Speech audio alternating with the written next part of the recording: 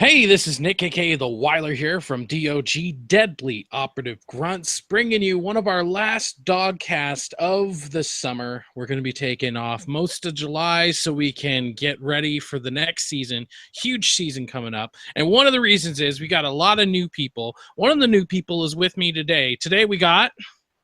Hey everybody, I'm Cam, the alleged amateur. All right. And today we are, I am, maybe Cameron can join me in the festivities, but I am celebrating the fact that we have three of the possibly best platformers in my mind coming out on the 30th, and that's Crash Bandicoot, the Insane Trilogy. We're getting them remastered, and so far, all I've seen of it looks absolutely amazing. What do you think?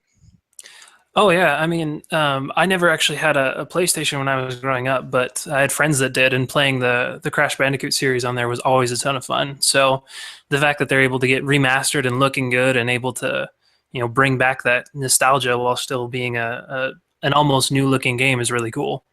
Yeah, that's definitely the main thing that I'm super excited about, is that just from everything I've seen, everything looks very familiar, but at the same time, like you said, it's newer graphics. So like if they would have just like upscaled it, emulated it or something like that, it would just look so blocky. And even Right. when they do the comparisons, it's like, like when you go back and you play a really old game, and you're just like, really? It was that bad? It's not how I remember it at all.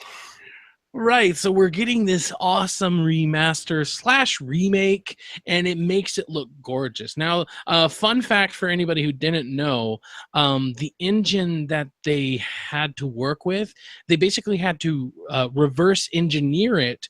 So basically everything in the game, even though it looks very, very close to the original, albeit not really super blocky, they actually had to just basically create the entire game. So, I think remake is a more apt description of what this is. Oh, I didn't know that. I guess that kind of makes sense because they almost had to, like you said, reverse engineer it since it was probably so old. But that's really cool. Polygons. Yeah. All right. So, what we're going to talk about today is our favorite platformers of all time and why. So let's start off with our runner-ups. What's your runner-up for best platformer of all time? My runner-up would definitely have to be Banjo-Kazooie, obviously on the Nintendo 64. It was one of those games where it was so different looking, kind of like those Crash Bandicoot games. It had so many different worlds and just a different style of gameplay. And you had your main character was actually two main characters. It was very different, but the fact that you could have all of these different things to go out and collect and do, go in the different worlds, and then of course you could hook up with one of the other characters in there, Mumbo Jumbo, and transform into a couple different creatures and do different things, and learn a ton of different moves. There was just so many different things you could do in that game. And the fact, obviously when you go back and look at it now, it doesn't look that great, but at the time looking at it, it was so gorgeous and so cool to look at. It was so imaginative, and that was one of the things that I loved about it. So was the original your favorite, or did you like Banjo-Tooie? I did like Banjo-Tooie, but the original always held a special place in my heart. It was, aside from my top favorite, which we'll get to in a bit, it was probably one of the games that I that I played most on the Nintendo 64. So, yeah, that was Ratchet and Clank before Ratchet and Clank. It was Jak and Daxter before Jak and Daxter. Mm-hmm. Absolutely. Definitely. All right, so my runner-up, this is probably going against everything in my soul because I'm a Sony man through and through. But my runner-up is actually Crash Bandicoot Warped. And I only picked one in the season, so my first one isn't going to be like Crash 2 or something. But no, I had to go with Crash Bandicoot Warped. And obviously I'll talk about my best of all time in a little bit. But the reason Crash Bandicoot Warped maybe just didn't quite meet the best is that it is very traditional, albeit, you know, with Crash Bandicoot, the first one, really it did side scrolling, but in 3D. And then the reason why I choose Warped instead of like 2 is it took everything they learned from the first one, everything they learned from the second one, and it really just, I think, perfected Crash Bandicoot. You know, Crash Bandicoot was already a really interesting character. I mean, obviously he's one of the silent ones, but it was a really interesting character story, and 2 made it even better, while at the same time not making it super freaking hard, because the first one was just like notorious for hard, which I think part of that reason is because they were trying to be a little bit more like Nintendo, where back in the day Nintendo games were just so notoriously hard, because like they were still on the mindset of making like a coin operated game where it needed to be really hard so that they could eat up coins. But it's like, it's a console, guys. Yeah. Go ahead. Oh, I was just gonna say, I think that's probably one of my favorite things to watch as you know, just as video games in general progress, where you get a series that's really popular like Crash Bandicoot, and they take, you know, kind of like you were saying, what they've learned from, you know, the first and the second game, and they actually do get better as they go on. Because unfortunately, some of those series out there, as they go on, they don't get better. But Crash Bandicoot absolutely did, and it really did make things fun while different at the same time. So I definitely agree with you there. It was a really good game. Yeah. I mean, especially nowadays with the whole, you know, franchise fatigue meshing in with, you know, Assassin's Creed and Call of Duty and everything else that's yearly, you know, yeah, totally. You hit it right on the nail, or you hit the head right on the nail. The fact that, and I think I would have to do my research, so I apologize that I don't know it off the top of my head, being a Sony fanboy that I am, but they released pretty close together. So for them to innovate so much as they did, I think is just a real testament to Naughty Dog. I mean, that's another thing. Freaking Naughty Dog. I absolutely love Naughty Dog, and I think Naughty Dog will always be one of my favorite developers because I got to grow up with them. I started with the Crash Bandicoot series, and that was E for everyone. And then when I was more of a teenager and stuff, that's when Jak and Daxter came out, and so that was rated T for teen.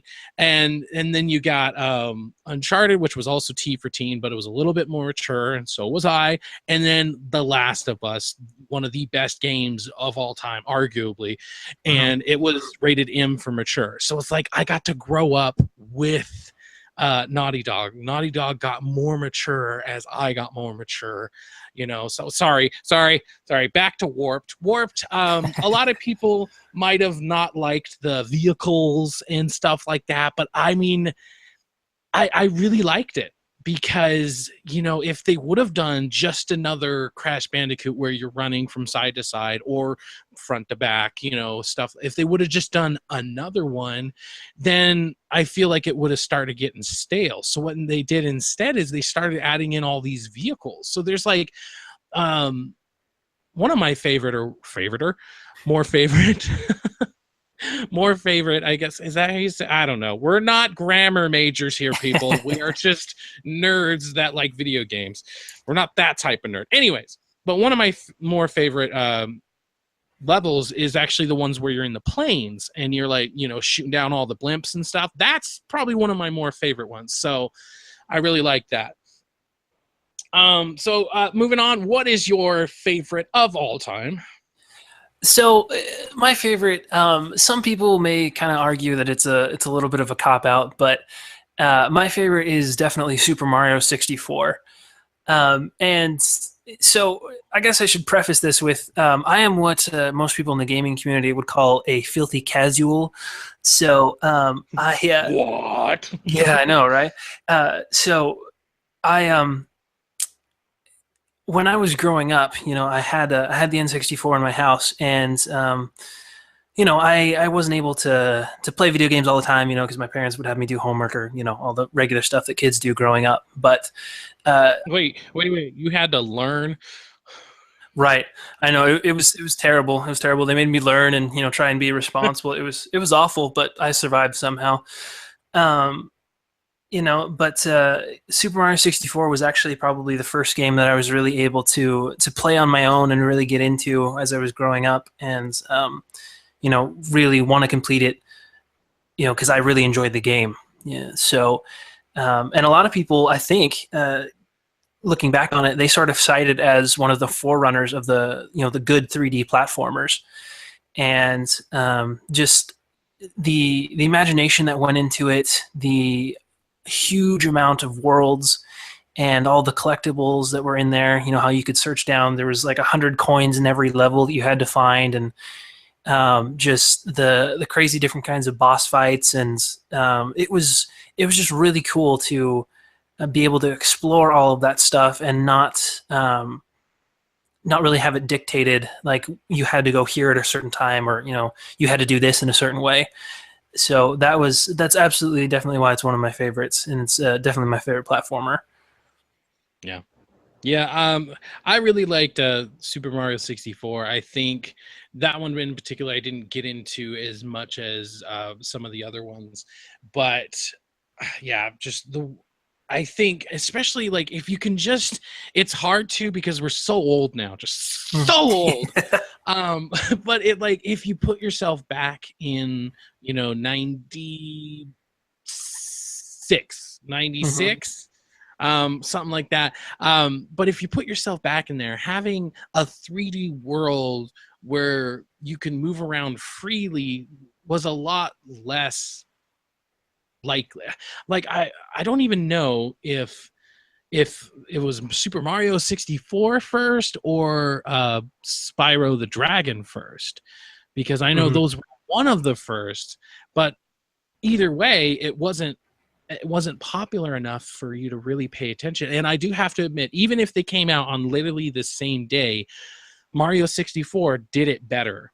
Yeah. They did it more imaginative, and plus you add on that that nostalgia factor, the fact that hey, it's Mario, so it's like I already know this character. Whereas you got Spyro, and it's like that's definitely a really good game. However, it's Spyro. It's like, who's this guy? It's a purple, dragon. Okay, this is cool and it's fun, and you end up falling in love with him, but already being in love with Mario, and then having this nice 3D world, which, like you said, you can kind of decide how you want to do it.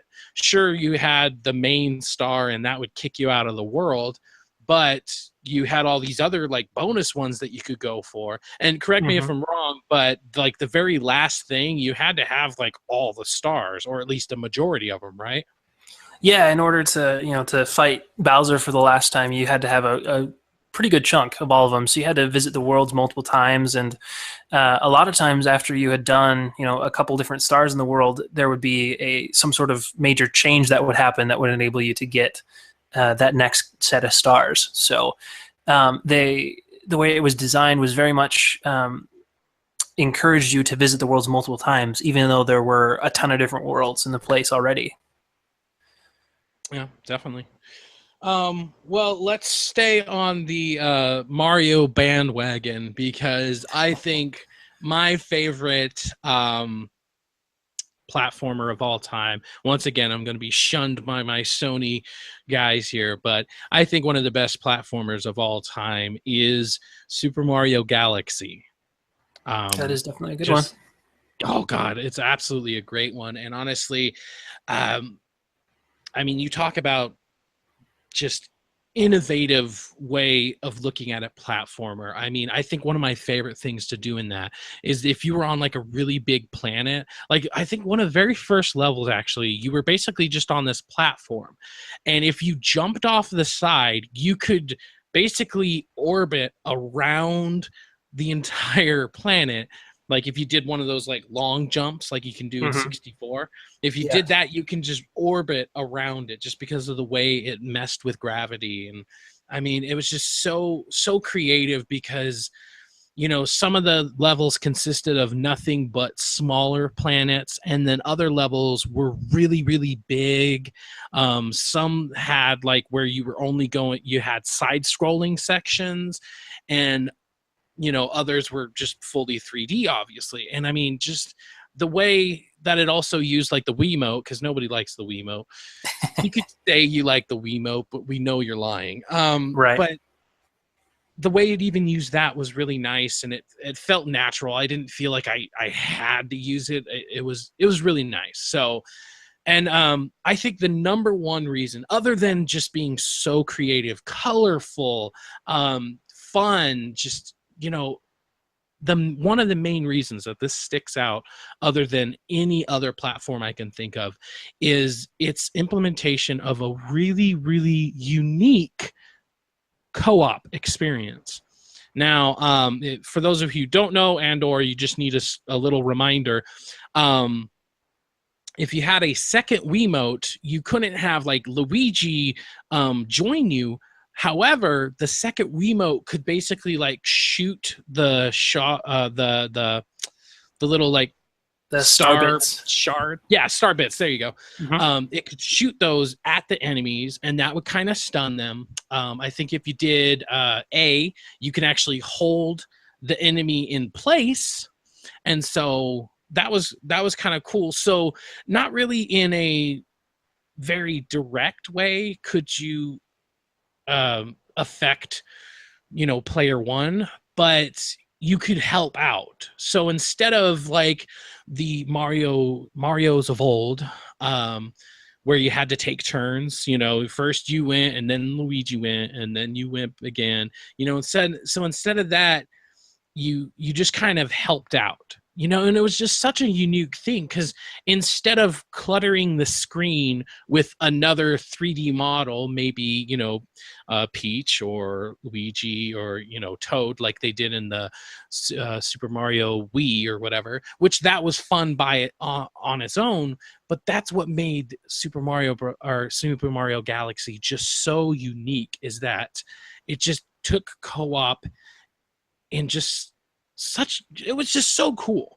I just remember passing the controller back and forth, and whether I was controlling Mario or I was controlling the second player, I still had a lot of fun. I didn't feel like I was missing out. And so I think that's one of the main reasons it had to be number one for me, is just no other game did that. They tried it again with the Super Mario Wii U, where I think if you pressed on the screen on certain spots, you could create platforms for the other characters to jump on. But that almost seems like cheating, because it's like, oh, you need to get way up here on top of the flag. Here you go. Here's a couple of platforms for you. And that just seemed like cheating. However, it was such an indirect, sort of direct way of interacting with the game that it was just, you weren't disturbing. I mean, obviously you could have your little brother and he's just shooting stars all over the place. Stop it, I can't see anything. You could have a jerk like that, but I mean, it's just such an innovative way to just kind of, you're still playing the game, but you're not, it was so interesting. And so it had to be my number one. Yeah, I definitely agree with you on that. It was, while you were talking, I was trying to think, and I can't think of another game that has co-op like that, where the person that's playing with you can't really be a detriment. I mean, obviously, like you said, there's some ways where they could be like shooting stars everywhere, but just they couldn't be a detriment. They could only help you out, and I think that was probably an interesting thing that, you're right, I don't think they've ever actually been able to replicate. So just that, and the new different ways of their game mechanics and things like that, and the way they were able to manipulate gravity and things like that. It's definitely a good game, and it was one of the games that I actually owned on the Wii, and it was fun, and it in its own way, it reminded me of my favorite, like I said, of Super Mario 64. So definitely a good game, absolutely. Yeah. Any other like honorable mentions you want to talk about? Well, actually, probably one that I thought was interesting. That I don't know how many people really think of it anymore. Was Conker's Bad Fur Day. Oh, I don't right, know. yeah. That was another game from the same people that did like Banjo Kazooie and Donkey Kong 64 and all that stuff. And it was another one of those really interesting platformers, because Rare is a very creative team. They did a lot of crazy worlds and stuff like that. But it was sort of, like where kind of how Banjo Kazooie and even like Crash Bandicoot was kind of more on the more younger, childish, innocent side. Conker's Bad Fur Day was definitely not. No, definitely So not. it had that cool platform stuff, but it also had a more mature lean. So it was a good mix, I think. It wasn't one that I was able to play very much, but it was one that I enjoyed playing at the time. So it was something different, but Yeah. I think definitely worth a mention. Oh yeah, definitely. And I mean, another fun fact for everybody, if you don't know, Rare actually pitched Conquer Bad Fur Day. I can't remember the title they went under, but actually it was originally a more kid-friendly game. But then they pitched it and they're like, well, this is kind of stupid. This another mascot jumper. So they actually went back and they made it more dirty. They made it more adult so that it would set itself apart from Crash Bandicoot and Mario and Spyro and, Banjo-Kazooie. So, I mean, they actually added in the adult humor so that it could be different. And I think now it will go down in history, whether it be as a cult classic or just a mark in history. It'll go down because of it being so adult humor. So I mean, that's definitely something to praise them for. Absolutely. It's always nice when the developers and the creators are able to take a chance with something different like that, and then it actually having worked out. Because I mean, there's tons and tons of examples where people they try to do something different or something new, and for whatever reason or another, it just doesn't work out, or it's just an awful game, But this definitely was not the case with Conquer. So I think you're right. I think it's cool, and yeah, I'd probably say it probably fits nicely into the niche of cult classic. So yeah, definitely. All right, so the one honorable mention I'll bring up is Rogue Legacy. And have you played that one? Rogue Legacy. I feel like it's probably one I played once or twice, but it's not ringing any bells for me. So Rogue Legacy was the procedurally generated, and every time you died, you chose your heir. And so what made it a little unique is that every heir had something about them. Sometimes it was something good. Sometimes it was a little bit more detrimental, but not so game breaking that like every time you jumped, you didn't jump, so it was nothing game breaking like that. But maybe there was one where it's like IBS, irritable bowel syndrome. And every once in a while when you would jump, you would also fart. And then there was like one where you were monochromatic, so you couldn't see color. There was sometimes you were a dwarf, and being a dwarf would be good because there were certain secrets that you could only get through if you were smaller. And then all your spells were always procedurally generated. All the enemies, every room, everything was procedurally generated. And even though there has been so many of those, that is the one that I think not only started the craze, but I feel like it's the only one that really did it right. Because like there's another game that's very similar called Spelunky. Now, have you played that one? That one I have not either. Okay, so that one's more like Indiana Jones going into a tomb. But what I didn't really like about that one is that, every time you went in, when you died, you're just dead. You're just dead. But Rogue Legacy, what was so nice about it and what made it so addicting that I logged in 176 hours in, What made it yeah, what made it so addicting is not only the randomness of who you were going to play as next, because you could play as a barbarian with a lot of life, or as an assassin with less life but you hit harder. So what made it great though is that every time you would die, you would carry your coins with you. And so you could start leveling up your castle. The more you built your castle, the more like you would have more life, you would have more damage, you would start adding on special abilities. I think you started off with like a blacksmith, but then you could get like an alchemist and a like a key maker or something. And so with the key maker, you could like lock in the castle, so it would lock it so that it was like the way you it was the same map when you died, but you make half as many coins. So it's like, you know, do I want to go back and try that challenge again, or do I just want to try a new one? I almost never locked it down because I was all about getting as much coin as I could.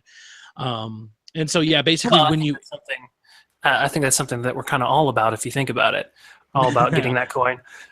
But yeah, definitely. So then every time you went into the castle, you would get all your coins taken away. However, if you built up your castle enough, you got it so that like first it would take 10% less away, then 20, then 30. So you could go all the way up to 50%. So basically you could farm a little bit. It's still hard because every time you go in, it would still take 50% away, but you could essentially farm as long as you were still getting more and more each time. So right. So, I mean, not many games do that anymore. There is one that I'm interested in called like Dead Cell, I believe. And that one is kind of the same way, where the more you play it, you grab certain like artifacts, and so it helps you out. There's so many procedurally generated games out there that pretty much the only thing pulling you through is that you're getting better at it. And so like I don't mind those, and those are fun, but like Rogue Legacy was the quintessential one for me, because all those hundreds and hundreds and hundreds of times that I died meant something, because when I went in, I was just a little bit stronger, had just a little bit more life. You know, sometimes I barely had enough coins to buy the next thing, but I was able to. And so it made it worth it, rather than Spelunky. Like I said, every time I died, it's like, well, that's it. Go in again, try again. Don't f*** up. Yeah. So definitely worth an honorable mention. I mean, like I said, tons of procedurally generated platformers and just games in general. But I feel like that was the one that really, really started the craze. Well, I can see how that could be. So, I mean, it's definitely an interesting concept. It's something I'll have to look at. But it almost makes me wish that they could do like a bigger version of that. You know, like maybe more like an adventure game where if your character dies, then you spawn, you know, like an actual heir with different character traits. That'd be kind of interesting. Yeah. But I'll definitely have to check that out. Check it out. And if you haven't, and everybody who's watching, if you haven't played that yet, yeah, you know, put it on your bucket list. It's something definitely you need to try out at least once. So, I mean, I guess that's about it. Anything else you want to mention? Nope. Those are probably the ones that I would mention most in a conversation about it. So. All right. Well, that is it for us. We have told you everything we want to tell you, other than buy Crash Bandicoot, the Insane Trilogy, so that they will make us Crash 4. Well, I guess there's already a 4, so maybe it'd be 5. Well, I want another Crash, so go buy Crash Insanity Trilogy so that they're like, oh, look, money, and then they'll make us another one, okay? So that's it for us now. Well, this is probably the last DOGcast of the summer, so thank you for joining me, Cameron. My pleasure. And make sure to check out our season premiere on August 3rd, and we have so much stuff in the works for you guys. We're hoping to bring you just a really good show. The set is going to look similar, but it's going to be completely redone.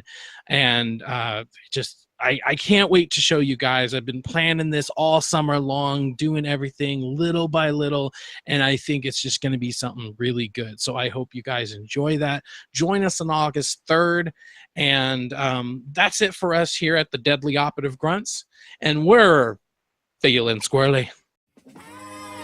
Let it go.